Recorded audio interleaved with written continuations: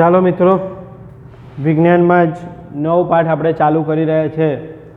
14મો પાઠ, નૈસર્ગિક સ્ત્રોત, નેચરલ રિસોર્સિસ, કે જેમની કુદરતી રીતે આપણને જે સ્ત્રોત, કુદરતે જે સ્ત્રોત આપ્યા છે, આપણે એની બહુ ખરાબ હાલત કરી છે. એમને એમ આ ભયંકર રોગો આપણા સુધી નથી પહોંચ્યા. આપણે કુદરતમાં ખલેલ પહોંચાડી એટલે કુદરતે આપણને હેરાન કર્યા. તો આ નૈસર્ગિક સ્ત્રોત કયા છે, તેનો આપણે કેવી રીતે ઉપયોગ કરવો જોઈએ એની ચર્ચા છે. પાણી, હવા, ખનિજ, અને પછી એના ઉપરથી આપણે જઈશું કેટલાક ભૂરાસાયણિક ચક્રો, જે હવામાં જે વાયુઓ આવેલા છે એ વાયુઓને આધારે કાર્બન ચક્ર, નાઇટ્રોજન ચક્ર, ઓક્સિજન ચક્રની ચર્ચા કરવાની છે. બરાબર છે? તો આજે આપણે શરૂઆત કરીએ છીએ નૈસર્ગિક સ્ત્રોતોની. ઓકે, ચાલો ધ્યાન આપો.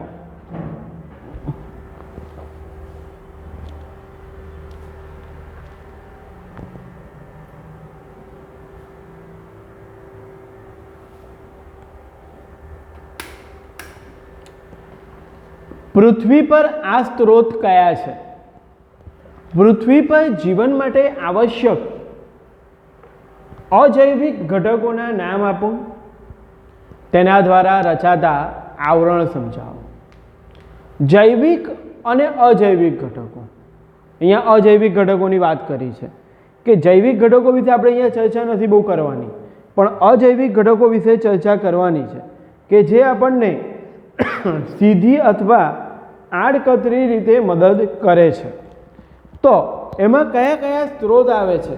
તો એમાં આપણે 3 સ્ત્રોતની વાત કરી રહ્યા છે.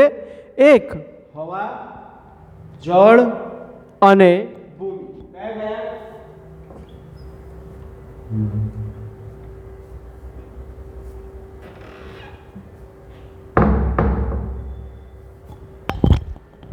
હવા એટલે કે વાયુ, જળ એટલે કે પાણી, અને 100% ભૂમિ. આ ત્રણેયની આપણે અહીંયા ચર્ચા કરવાની છે. હવે અજૈવિક ઘટકો વડે રચાતા આવરણમાં 100% નંબર 1 વાતાવરણ, કે જે સમગ્ર પૃથ્વીને ચાદરની જેમ ઢાંકતા વાયુઓ કે હવાના આવરણને, ફરીથી વ્યાખ્યા કહું છું, સમગ્ર પૃથ્વીને ચાદરની જેમ ઢાંકતા વાયુ કે હવાના આવરણને શું કહેવાય છે? વાતાવરણ. 3 વસ્તુઓ, હવા, જળ, ભૂમિ, એમના દ્વારા રચાતા વાતાવરણ, એમના દ્વારા રચાતા આવરણો. એમાં પહેલું વાયુઓ દ્વારા રચાતું આવરણ એટલે વાતાવરણ, બીજું પાણી દ્વારા રચાતું આવરણ એટલે કે જલાવરણ. પૃથ્વીનો 75% ભાગ પાણીનો બનેલો છે. એનો અર્થ એવો નથી કે આપણે એ પાણી બધું પી શકીએ છીએ. પીવાનું પાણી તો બહુ ઓછું છે, તેમાં ભૂગર્ભીય જળનો પણ સમાવેશ થઈ ગયો. અને આ સમગ્રને શું કહેવાય છે? જલાવરણ. ત્રીજું ભૂમિ. વાતાવરણ હવા, વાયુઓથી રચાયું. જળ અને પાણીથી જલાવરણ, ભૂમિથી રચાશે મૃદાવરણ. પૃથ્વીનું સૌથી ઉપરનું સ્તર ખડકો અને ભૂમિ વડે રચાયેલું છે, જેને કહેવાય છે મૃદાવરણ. શું કહેવાય છે? મૃદાવરણ. તો આ 3 આવરણોમાં ખ્યાલ આવી ગયો. અજૈવિક ઘટકો કયા કયા બેટા? હા, હવા, પાણી અને ભૂમિ. હવા દ્વારા વાતાવરણ, પાણી દ્વારા જલાવરણ અને ભૂમિ દ્વારા મૃદાવરણ.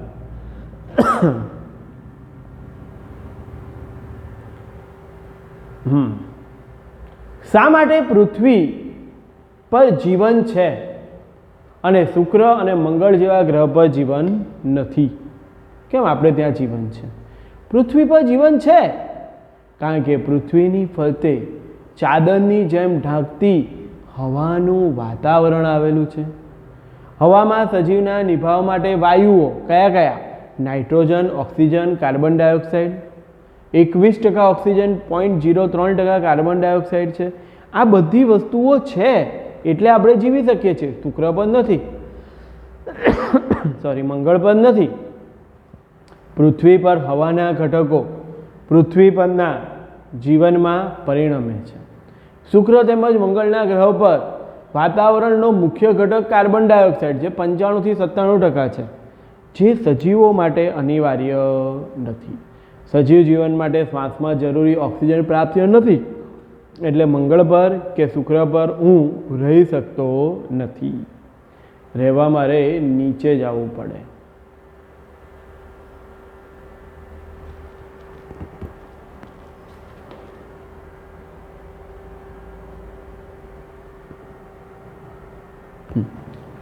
પછી છે આબોહવાના નિયંત્રણમાં વાતાવરણનો ફાળો.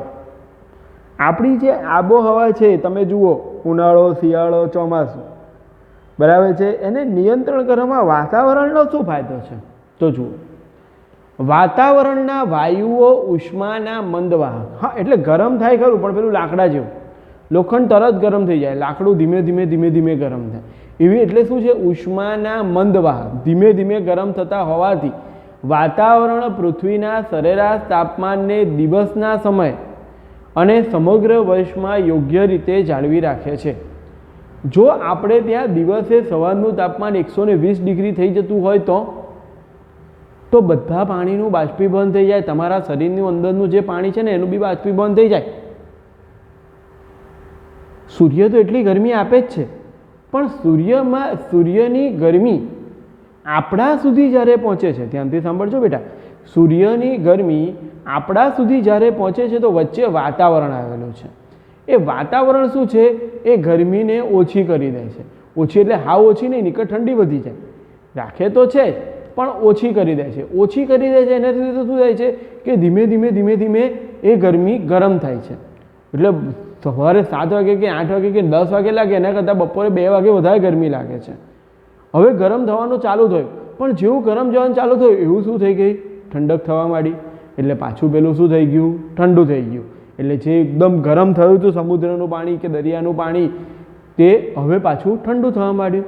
અને આ જ ગરમી પાછી જતાં પણ વાર લાગે છે. કેમ? કારણ કે વાતાવરણના વાયુ ઉષ્માના કેવા છે? મંદવાહક. એટલે એવું નથી કે સૂર્ય જતો રહ્યો અને એકદમ ઠંડક થઈ ગઈ, બધું બરફ થવા માંડ્યું. ના, કારણ કે હજુ વાતાવરણમાં ગરમી તો છે જ. એ ગરમી જતાં જતાં વાર લાગે છે. સાંજે 7 વાગ્યા કરતાં રાતે 2 વાગે વધારે ગરમ થઈ ગયું હોય છે, વધારે ઠંડુ થઈ ગયું હોય છે, પણ પાછો સૂર્ય આવી જાય છે. આમ વાતાવરણના વાયુઓ ઉષ્માના મંદવાહક હોવાથી વાતાવરણના પૃથ્વીના સરેરાશ તાપમાનને દિવસના સમય અને સમગ્ર વર્ષ દરમિયાન યોગ્ય રીતે જાળવી રાખે છે.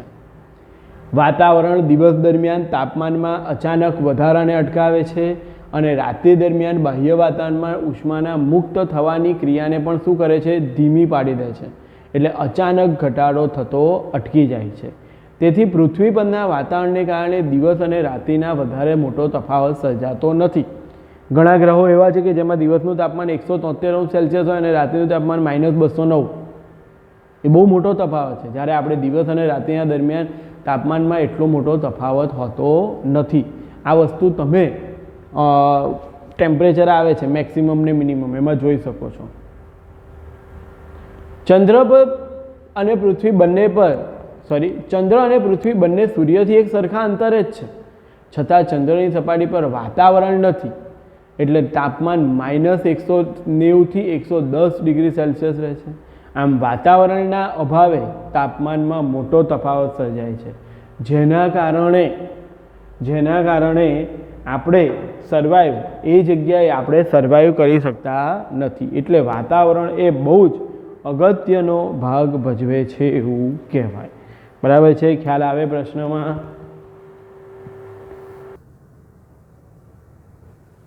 ચાલો મિત્રો, આમાં જ એક પ્રશ્ન છે કે જે ડાયરેક્ટ એમાંથી થોડોક સમજણ પડવામાં મુશ્કેલી પડે એવું છે, એટલે આપણે એ પ્રશ્નનો જવાબ બોર્ડ ઉપર જોઈએ તો વધારે ખ્યાલ આવશે.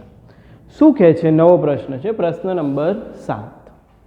વિસ્તૃત રીતે સમજાવો હવાની ગતિ. આ છે ને પરીક્ષાની દ્રષ્ટિએ અગત્યનો 100%, પરંતુ સમજવાની દ્રષ્ટિએ પણ અગત્યનો છે કે પવન કઈ દિશામાંથી કઈ દિશામાં જાય છે. પવન કઈ દિશામાંથી કઈ દિશામાં જાય છે. દિવસ દરમિયાન પવન ક્યાં જતો હોય છે, રાત્રિ દરમિયાન ક્યાં જતો હોય છે અને કેમ જતો હોય છે.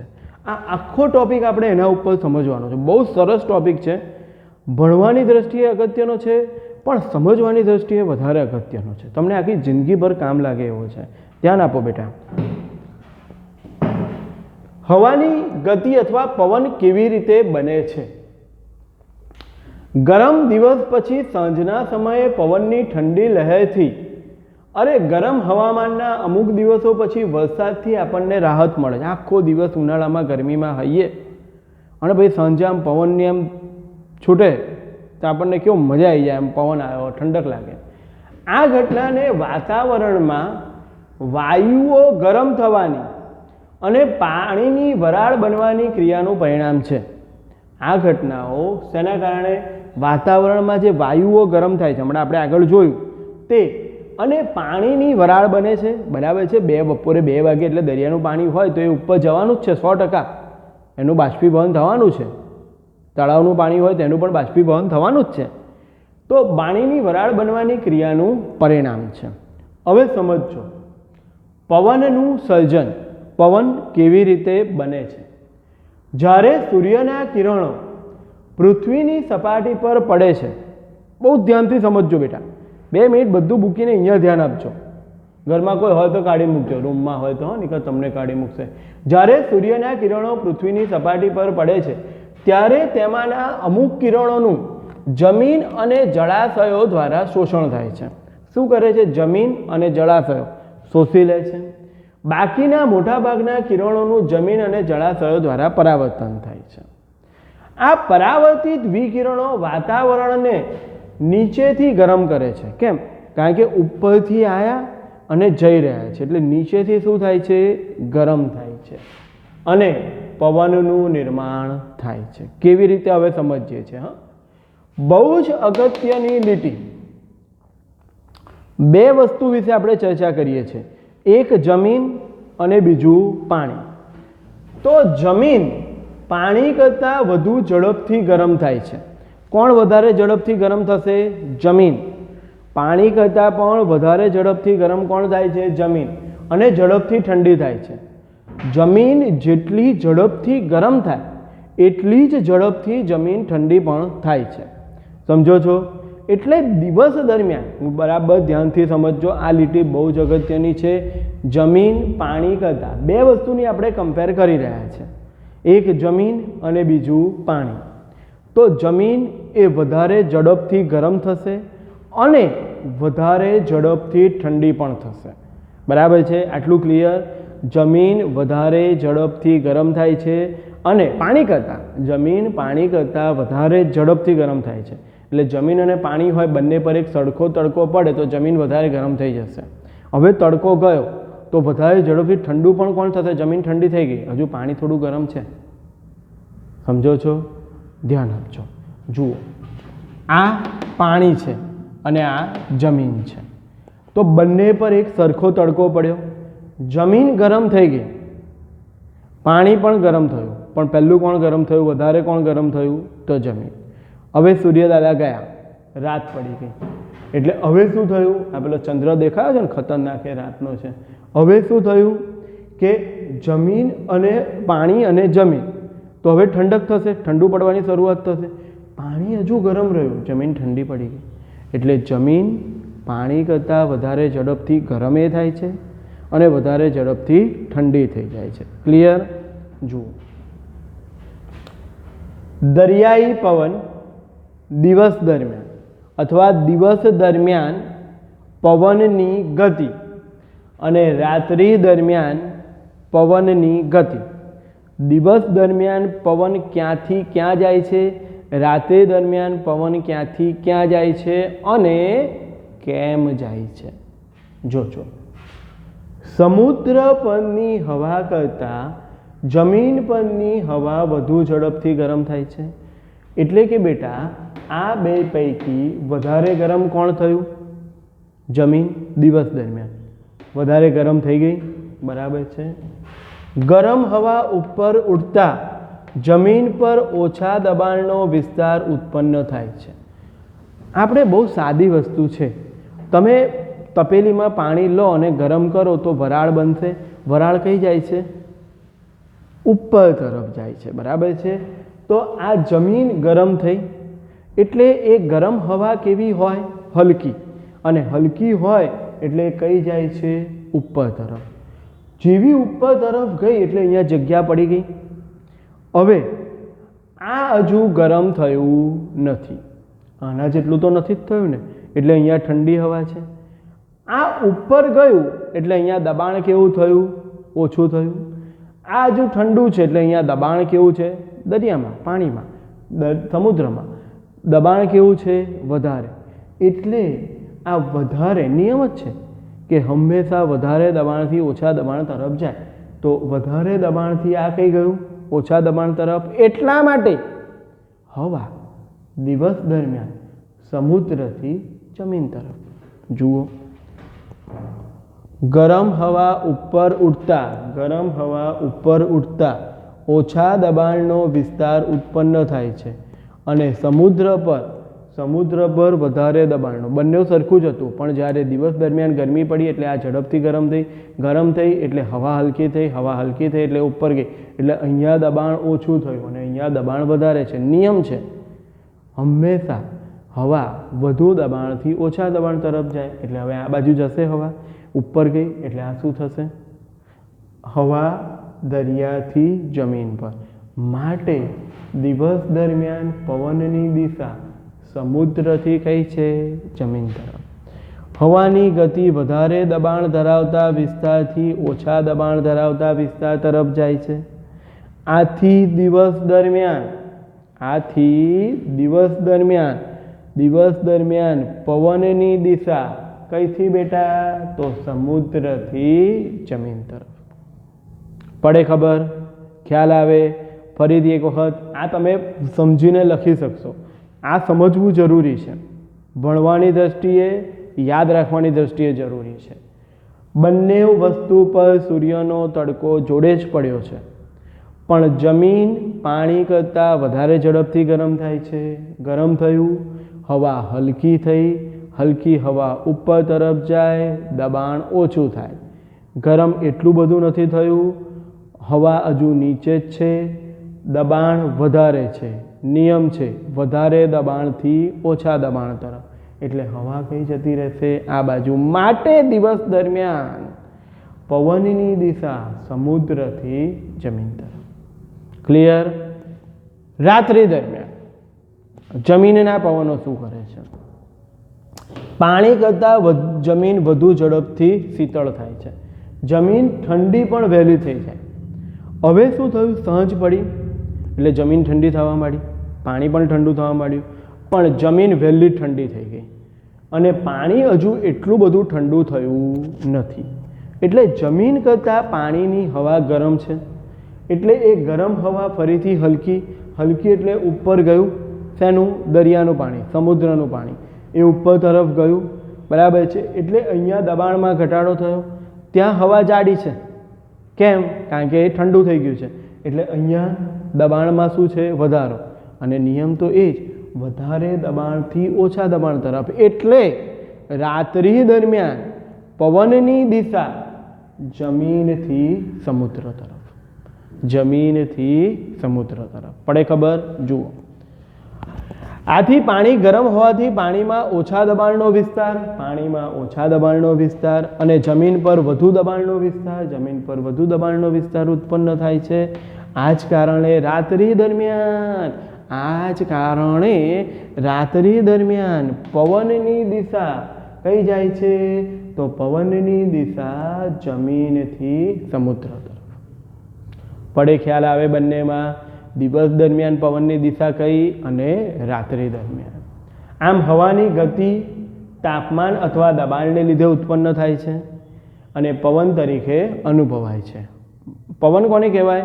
ગતિમાન હવાને પવન કહેવાય. અહીંયા હવા અત્યારે છે જ, પણ એ ગતિમાન નથી. તમે બેઠા છો ત્યાં પંખો બંધ કરીને બેસો તો હવા તો છે જ, તો જ તમે ઓક્સિજન લઈ શકો છો.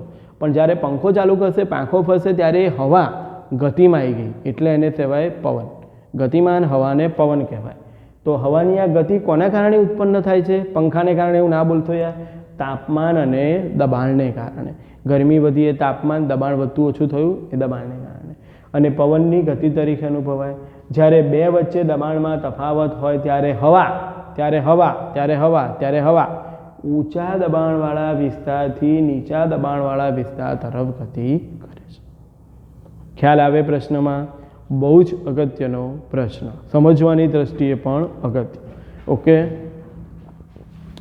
એમાં જ આગળ એક પ્રશ્ન છે, એની નીચે જ છે, તટીય પ્રદેશોમાં દિવસ દરમિયાન નીચા અને રાત્રિ દરમિયાન ઊંચા દબાણના ક્ષેત્રો શા માટે સર્જાય છે? 8મો પ્રશ્ન. તટીય ક્ષેત્રોમાં દિવસે જમીનથી ગરમ દિવસે જમીન ઝડપથી ગરમ થતાં ત્યાં રહેલી હવા ગરમ થઈ ઉપર તરફ જતાં નીચા દબાણ ક્ષેત્ર, અને રાત્રિ દરમિયાન જમીન ઝડપથી ઠંડી થતી હોવાથી ઊંચા દબાણ ક્ષેત્ર સર્જાય છે. વસ્તુ એની એ જ છે. તટીય ક્ષેત્રોમાં રાત્રિ સમયે હવાની દિશા શું હોય છે? તો તટીય ક્ષેત્રોમાં રાત્રિ સમયે હવાની દિશા 100% શું હશે? જમીનથી દરિયા તરફની એ જ હોય ને રાત્રિ દરમિયાન. તો ખ્યાલ આવે? અગત્યનો પ્રશ્ન. પડી સમજણ? કે બધા પ્રશ્નોનો જવાબ 3 વખત લખવાના છે. જય શ્રી કૃષ્ણ.